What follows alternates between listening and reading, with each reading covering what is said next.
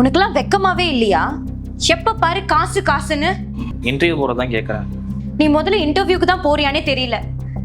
சீக்கிரமா வாழ்க்கையில உருப்புற வழிய பாரு.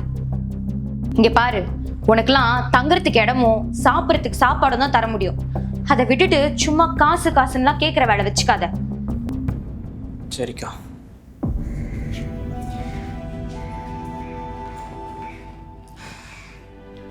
என்னடி உன் தம்பி எந்த திட்டுற? இவெல்லாம் எல்லார்கிட்டயும் திட்டு வாங்குறதுக்குனே பிறந்த ஜென்மோங்க. பின்ன என்னங்க டெய்லி காசு கேட்டா எங்க போறது?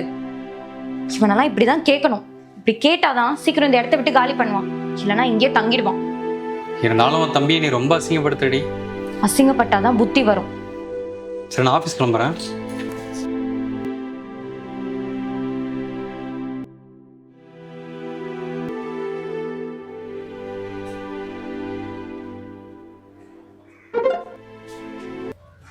இன்டர்வியூ எப்படி போச்சு? கூப்பிட்றேன். சாரிடா. பரவாயில்லக்கா, நீ சொன்னது கரெக்டு தானே. நான் நாளைக்கே ரூம் பார்த்தீங்க கிளம்பிடுறேன். அக்காங்கிற உரிமையில தான் உன்கிட்ட காசு கேட்டேன். ஆனால் நீ மாமா மாடி அப்படி திட்டுவானு எதிர்பார்க்கல. உங்க மாமா உன்னை திட்டிடக்கூடாதுன்னு தாண்டா நான் உன்னை இன்னைக்கு திட்டினேன். உங்க மாமா நீ இல்லாதப்போ உன்னை என்னெல்லாம் சொல்றாருன்னு தெரியுமா? ஏய், உன் தம்பிக்கெல்லாம் வெக்கம் மானம் சூடு சொன்ன எதுவுமே இல்லையா? டெய்லி வாங்கிட்டு வந்து 500 காசு வாங்கிட்டு இருக்கான். ஏங்க அவன் இன்டர்வியூக்காக தாங்க கேட்டான். பணம் என்ன மரத்துலயா கேக்குது? எவன் அப்ப விட்டு காசு?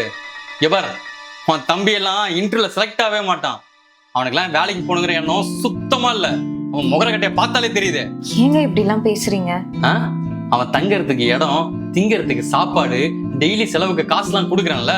அவன் சம்பாரிச்ச நான் திருப்பி எனக்கா கொடுக்க போறான்? இன்னொரு தடவை உன் தம்பிக்கு நீ காசு கொடுக்கறத பார்த்தேன், அவ்வளவுதான்.